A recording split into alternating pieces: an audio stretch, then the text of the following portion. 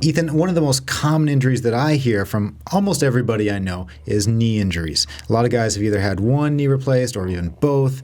How common do you think knee injuries are in a grappler's career?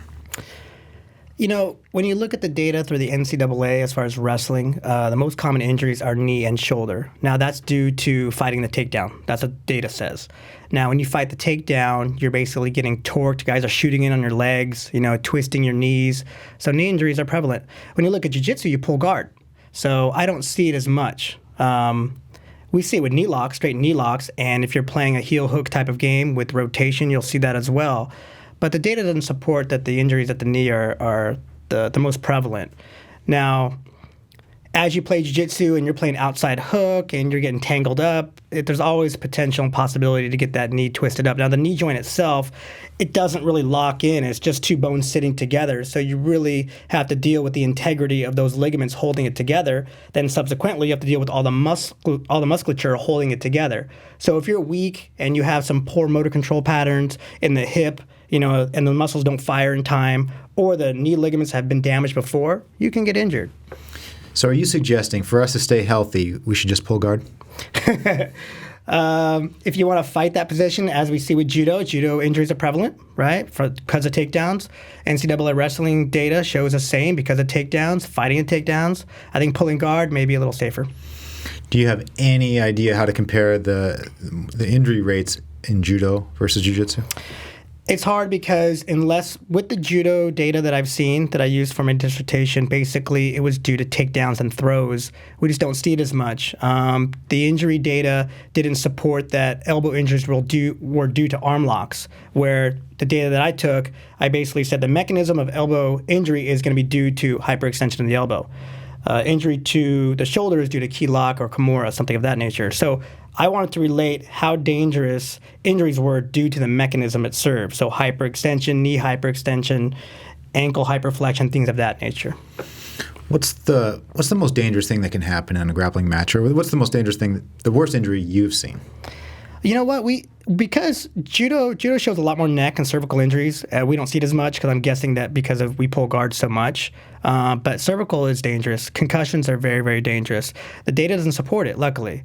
And we have thousands of competitors, and we don't see people landing on their head. Knock on wood. I definitely don't want to talk about that. Worlds are coming up. So those are the most dangerous injuries you want to deal with. Now, I've seen some extremely bad dislocations. I've seen guys getting choked out, rear naked chokes, and their jaw dislocates.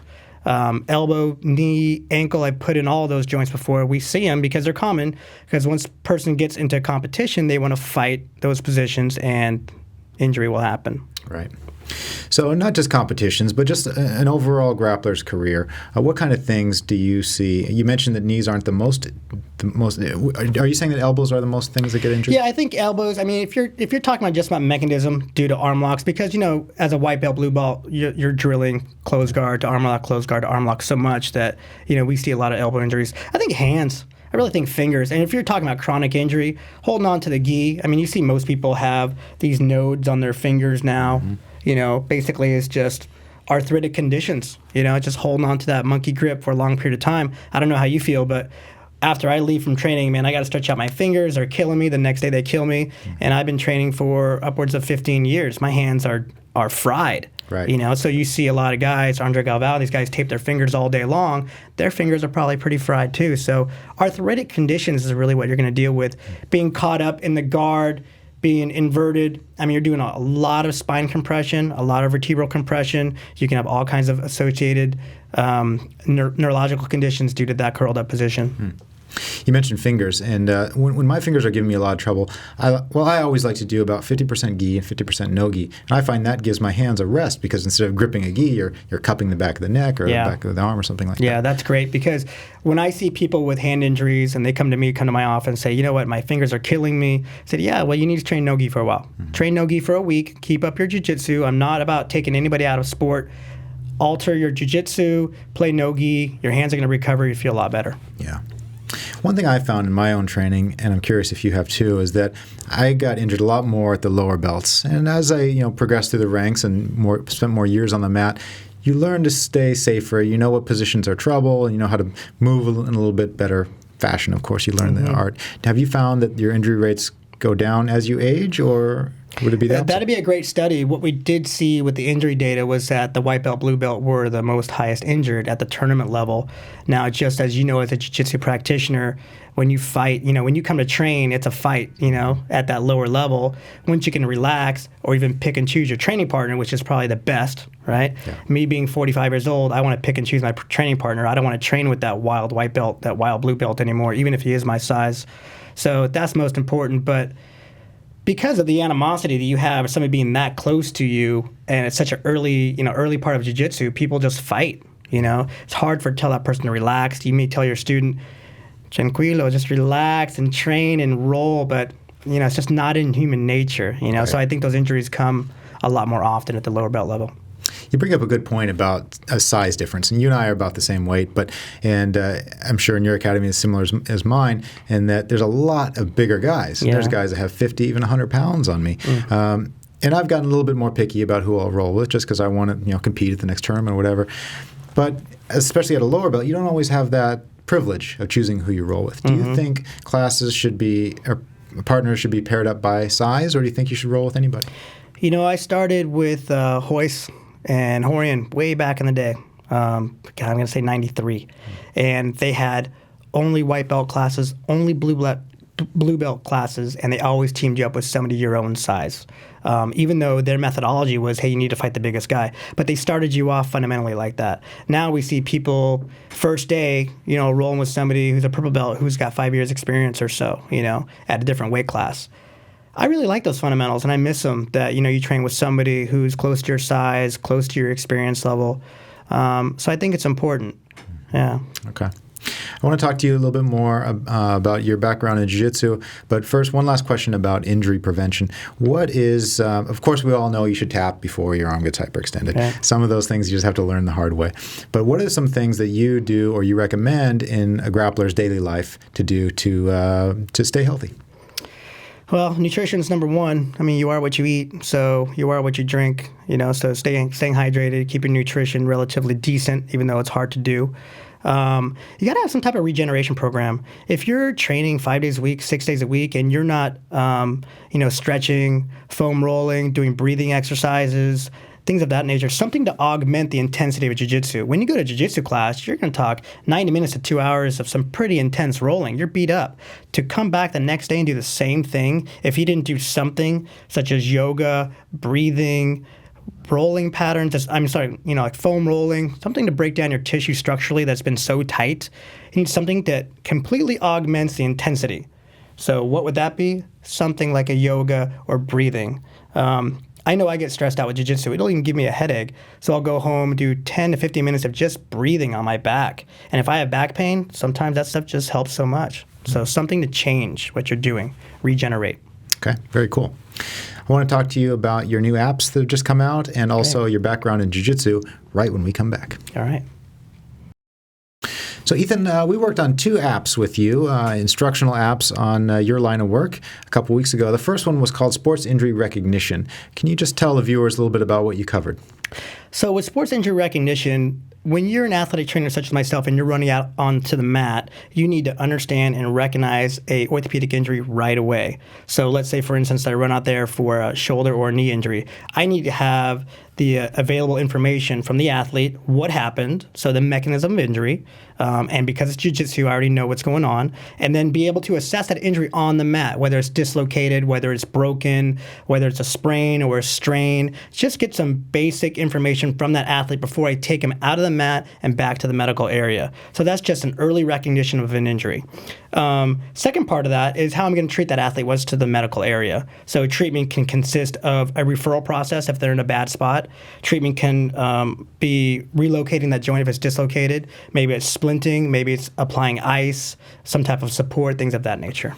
I think it's a really good idea for an instructional, because there'll be a lot of guys out there that might see a teammate get injured, and especially in today's litigious society, you don't know if you want to touch them or not. Mm-hmm. But you go through a lot of different injuries, and you educate us on what can be done and what shouldn't be done. When you should go to the doctor. Yeah, I think I've been to a lot of dojos in my lifetime, and Some of the people there want to try to relocate by themselves without having any knowledge whatsoever.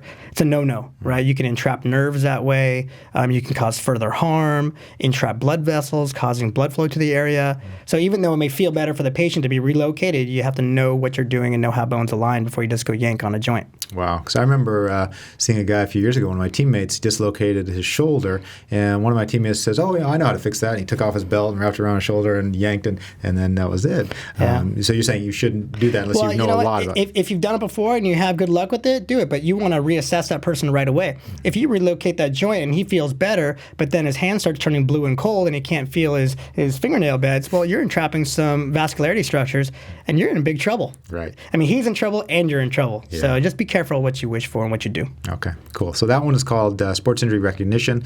It'll be available, and it is available now in the App Store, soon on the Android marketplace, and also on demand on BudoVideos.com. Then the second one was on taping, and you covered how to tape almost every part of your body. Right. Yeah, taping's very popular. There's restrictive tape. We use white athletic tape to restrict joints. So if somebody has an ankle sprain, we may restrict that joint, a knee sprain, a wrist sprain, things of that nature. White tape's been around since the dawn of time trying to restrict joints. Just the compression alone feels really, really good for a jiu-jitsu fighter. There's stretchy tape, which gives you a lot more freedom of movement, but it still adds support. Then there's rock tape, some type of kinesio tape that adds a lot of sensory feedback. It's getting very, very popular. It's colorful. Got popular with the Seoul Olympic Games in 2008. So with that type of tape, it's more taping through somebody's range of motion, supporting something called fascial lines, big word, but basically giving a lot of sensory feedback to your brain about where your body is in position. So it's actually a great way to do it as well. And you did a great job of showing exactly how to do it. I don't know if I can tape quite as pretty as you can, right. but I'm learning. So man, 16, let's see. Yeah, roughly 17, 18 years of taping. Hopefully you can't tape as well as me. Right. So athletic taping and sports injury recognition, both of those, again, available in the App Store, soon in the Android marketplace, and also on demand on BudoVideos.com. Great instruction by Ethan on those. So before we finish here, I want to talk about your background in jiu-jitsu. How did you get into it? So I wrestled in high school. Then I didn't wrestle. I tried to wrestle in college. Wasn't very good. Got my butt kicked a lot. But the Gracie family came here in 90. They came here in the early 90s. They fought out of their garage. They did a lot of challenges around the neighborhood. I'm from that Torrance area, so I got word of it. Watched a couple of UFCs, the first one with Hoist and the second one with Hoist, and then by the third one, I had to go check this out. And because it was the local gym, they moved out into the Carson area. I went down there and signed up and fell in love, and that was 93, 94-ish. Wow. Who was teaching classes at that time? That was Hoist. That was Hoist and I think Lowell. And another guy named Ethan that moved up to Hollywood, and Horian. So Fabio Santos was also a teacher there. What was so great about those times is that you'd be training, and all of a sudden here comes a guy off the street, and you've seen those videos of Gracie in action. I'm somewhere in that background. It was just crazy. People come off the street, sometimes drunk, and it's a fight. Wow. And Hoist basically tells everyone to step back, or Fabio, and they'd go at it, tear people up, and then the guy would leave, and we'd continue class. Wow. So from there, I moved on from the Gracie Academy. Then the Machados came into town. Started working out with RCJ Machado with Higgin and Carlos and Jean-Jacques and all those guys. And man, it got really, really big. And then here comes the tournaments. And the Machado brothers were very, very big on tournaments. The Gracie family was big on just having their own kind of interdisciplinary tournaments. We'd had summer tournaments, but it was just between each other. Higgin and those guys started challenging other schools, Monteiro, Moriera, those schools. And then everybody came. And then from there, I started training with all kinds of people, started coming over here who were just making a living. So I've been around the block a little bit. Yeah, 20 years ago. 20 years is not a long time and when thinking about most things, but in jiu-jitsu, a lot has changed in the art of how people train now versus 20 years ago. Yeah. How different was it then? What were they teaching? Yeah, closed guard arm locks, closed guard triangles. I mean, what people are learning today is, I have a black belt now, but man, the blue belts or purple belts, the guys are just, their beginning classes are inverted and barambolos. That's their fundamentals. My fundamentals are closed guard and smash and pass. So I really feel I'm back in just such a learning mode, learning from these guys, learning from some kids that just have such great inverted games. Just a whole nother ball of wax. It's the modern jiu-jitsu versus the classic jiu-jitsu. I almost think you need to separate it these days. It's just a completely different game. There's some old school guys that would say that modern jiu-jitsu is not real jiu-jitsu and it won't work on the streets and all these kind of arguments. Yeah. What's your take on it? Well, yeah, maybe that's true on the street, but as far as the technical game of it all, I really enjoy the technical game. I'm not looking to defend myself, I guess, in a street fight. It's great to have, and you understand how to close the distance. I think that's the most important thing, and you don't want to get caught in the guard on the street anyways. It's probably pretty painful, but yeah, that's a really good argument. But the learning process of that whole inverted game is just I just like it. I just like to understand it more. I'm not good at it, but I love to understand it. So that's what keeps it fun for me. Yeah, as a lot of you guys know, I like inverting, and it's a whole nother world. But do you think anything has been lost with these young guys who are doing berimbolos on day one? Do you think anything's been lost as far as the fundamental understanding of classical jiu-jitsu? No, I totally agree. And with a lot of sports. I mean, I'll equate it to basketball. A lot of guys don't learn the fundamentals of shooting jump shots for long periods of time. They just want to run up and dunk and do some crazy 360 dunk. It's just the flamboyancy of it all. I mean, I think jiu-jitsu now is just a flamboyancy of just getting inverted, berimbolos, doing all these crazy techniques. You should learn the fundamentals before you jump on those things. I like that. I like that idea. So a lot of guys talk about going back to the homeland of Brazilian Jiu-Jitsu, Brazil. You've been back there a number of times. Mm-hmm. What was your most fondest memories of visiting Brazil? Well, I went back there in '99 for the Worlds, and I got cut right away. I got 13 stitches in my head. My friend's dad stitched me up in his kitchen because I was too scared to go to the ER at that time. But we're just doing some training. I was over with Budo Jiu-Jitsu in Baja Grace. It was a great experience. Spent a month there, got to hang out. Everyone was extremely kind to me. Didn't get to compete because of my injury, but had a great time. Other times I've been over there, got to visit some other great academies. But all the best. I mean, people love to train. They train harder there. You train twice a day. So it's always been a good experience. My last time over there, I actually went with the Olympic boxing team as they worked up to the London Games in 2012. So it was a different experience, but I brought my gi with me. Anytime they weren't working out, I was running off to some dojo where I could find a place to train. Before, I heard a lot of guys say you have to go to Brazil. It's the highest level of instruction is down there. In recent years, we've seen so many world champions move here and open up their own successful academies. There's a running joke that now the main reason to go to Brazil is to go to the beaches and see the women. Right. What do you think? Do you think guys should go to Brazil to see the homeland of jiu-jitsu? Just to see how small the gyms are. Man, I mean, we have some beautiful facilities here. People don't understand that, some of the best gyms in the world are tiny little holes that smell really bad. It's like, man, this is where jiu-jitsu started right here. And this place is tiny, and it's hot, and people are crowded. So maybe just to experience what jiu-jitsu is really like back there, go back there. But as far as the technique, my last time, I felt like what I've learned out here is everything they're doing back there. There was no new secrets back there. I mean, the games here, the Mecca of Jiu-Jitsu is Southern California and Rio. I mean, you see some great people here, so. All right. Ethan, before we let you go, we got two last things. One is a viewer email. Okay. This came in from a guy named Philip, and he's talking about adrenaline dumps. He says, what do you think about low adrenaline before and during tournaments? I know that lots of competitors, including myself, face it before fighting. Is there any way of fighting it?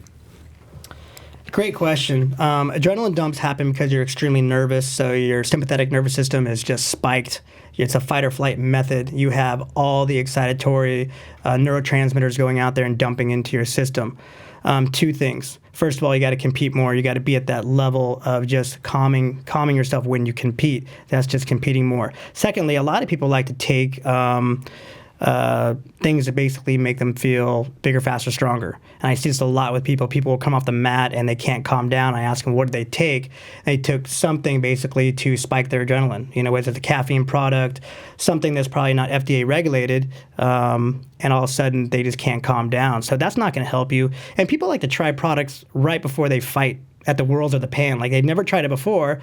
And hey, you know what? I'm going to decide to take maybe 6 Red Bulls instead of, maybe try Red Bull. And they're all excitatory, and they're going to get that huge adrenaline dump. So Two things. You got to make sure that you compete more. When I was a high school wrestler, the only thing that made you better is compete as much as possible. The same thing with jiu-jitsu. Secondarily, know what you put in your system. Okay. So I heard some great advice there, but let's back up a little bit. What's the purpose? Why do we have adrenaline in our body? So adrenaline basically keeps you excited for something called the fight or flight method, right? So you have two things. You have sympathetic and parasympathetic. Sympathetic is the fight or flight, being ready for things, right? Parasympathetic is the rest digest mode. You have to have both of these things to have basically heart rate variability. Otherwise, you'd have a heart attack or not wake up. So you need these things to basically work well with each other, in tandem with each other. But you can't always be in this sympathetic mode. You'll have all kinds of issues, right? You'll have all kinds of stress issues and things that basically cause problems in the long run. So when we were cavemen and a tiger runs around the corner, adrenaline gives us that extra boost to be able to run a little bit faster, right? Get out of town, yeah. So basically when we're a caveman, or even there's a great book out there called Why Zebras Don't Have Cancer. So basically zebras don't have cancer because they only know one thing. They need to run from the lions, right? So they have a hardcore adrenaline, right, push into the system, and once they've outran the lion, they can relax and they can be in parasympathetic mode. So their heart gets nice and healthy. Then here comes a lion and boom, they got to go, right? And then they can relax again. So if you're always in that boom, I got to go method with the stresses of life, training jiu-jitsu, taking some really bad products, you're putting a lot of stress into your system. Do you think there's any way to get used to the adrenaline dump through training? I'm going to say no. I'm going to say no because when you're on your own mat, even though the teacher puts you into that situation of fighting, let's say you're getting ready for a tournament and you pick teams. We've done this before. You pick teams and you're going to fight. It's just not at the level of being underneath the lights, 12 mats underneath the lights. It's the worlds. You may be traveling from another country. That just puts you in a whole nother mode. So you really got to get to that competition level. Do you have any idea how many tournaments or how many years it would take to get used to that adrenaline dump? It would be all assumption. And also, it's all on the person. I mean, I've trained with guys that are just average in the gym, and when they get on the mat, they're animals. There's animals. So, some people are made to compete, and some people, like myself, aren't made to compete. And so you really have to have that eye of the tiger. And I found that out early on. You have to have that eye of the tiger. But you need to put yourself in those positions to have great outcomes. Yeah. One of, I'm sure any competitor can relate to this, but after my first match, oftentimes my grips will be so worn out. And it's so frustrating because that never happens in class. I can roll for 2 hours in class with no problems, but a 10-minute match and my arms are dead and you got to kind of massage it. Is that a sign of adrenaline dump?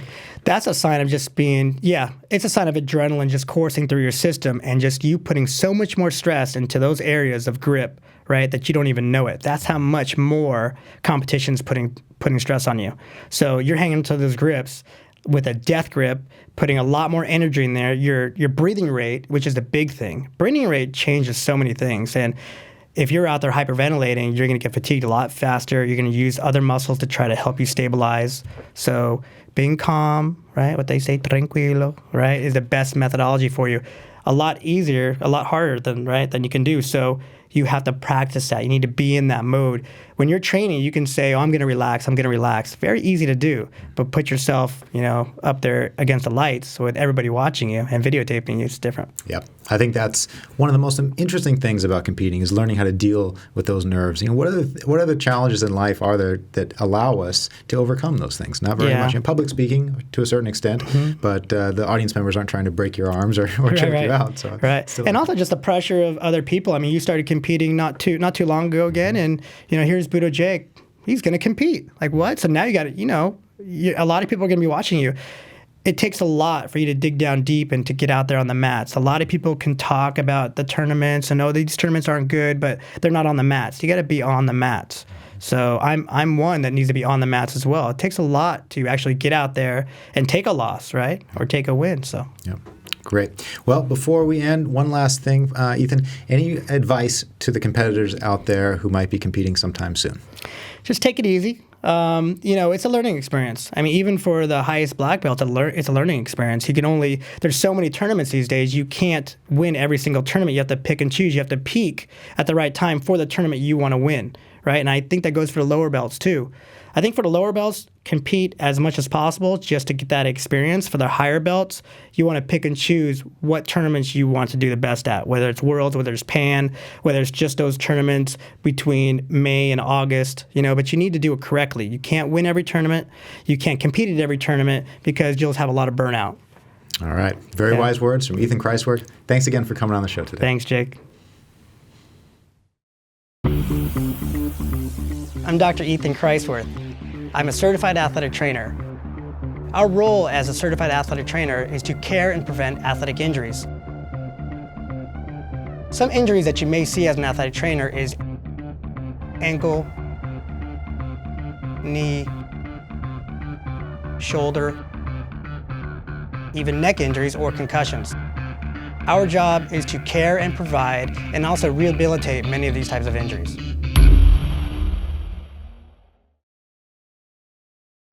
That concludes this installment of This Week in BJJ. Watch and review past episodes on iTunes and YouTube, and then be sure to join us again right here for another live edition of This Week in BJJ, brought to you by BudoVideos.com.